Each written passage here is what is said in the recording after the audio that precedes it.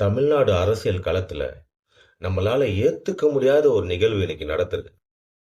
இதை எப்படி ஏத்துக்க போறோம்? இதை எப்படி கடந்து போக போறோம்? எனக்கு சத்தியமா தெரியல.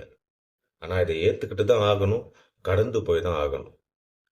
பெண்களை மிகவும் நேசிக்கக்கூடிய, கண்ணியமாக பேசக்கூடிய ஒரு ஆகச் சிறந்த பேச்சாளர். அவ்வளவு நாகரிகமா பேசுவார் மேடைகள்ல. அவருக்கு போய் இப்படி ஒரு நிலைமையா? கேட்கும்போதே பதறுது. வேற யாரும் இல்ல. நம்ம ஐயா சிவாஜி கிருஷ்ணமூர்த்தி அவர்கள் தான். சமீபத்துல தாவேகா பெண்களை ரொம்ப கண்ணியமா பேசினார் இல்லையா? மரியாதையா பேசினார் இல்லையா? அவருக்கு நீதிமன்றம் 3 வருஷம் சிறை தண்டனை கொடுத்திருக்காங்க.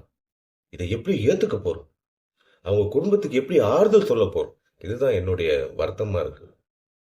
நல்ல மனிதர். எதுக்காக அவருக்கு தண்டனை? தாவேகா பெண்களை அவ்வளவு பெண்களை கொச்சையா பேசினார் அதுக்காகவா? இல்ல.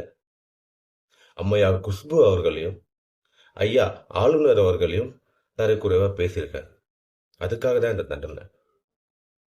தாவேக்கா பெண்களை இழிவா பேசுனதுல எந்த நடவடிக்கையும் இல்லை, எந்த எந்த ஒரு கேஸுமே இல்லை.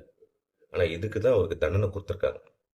தண்டனையை வரவேற்கிறோம், ஏத்துக்கிறோம் அப்படின்ற மனநிலைக்கு வந்தாலும் இதுக்கு ஒரு நடவடிக்கை இல்லையா அப்படின்ற ஒரு வருத்தம் தான்.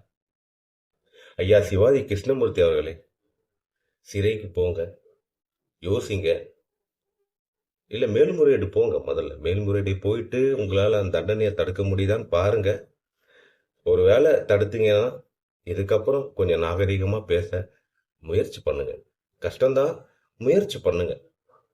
அதான் ரொம்ப முக்கியம். தமிழ்நாடு அரசியல் களம், மேடைகள் ரொம்ப நாகரிகமானது. அதை அந்த மாண்பை காப்பாத்துறதுக்கு இந்த பதிவு. நன்றி.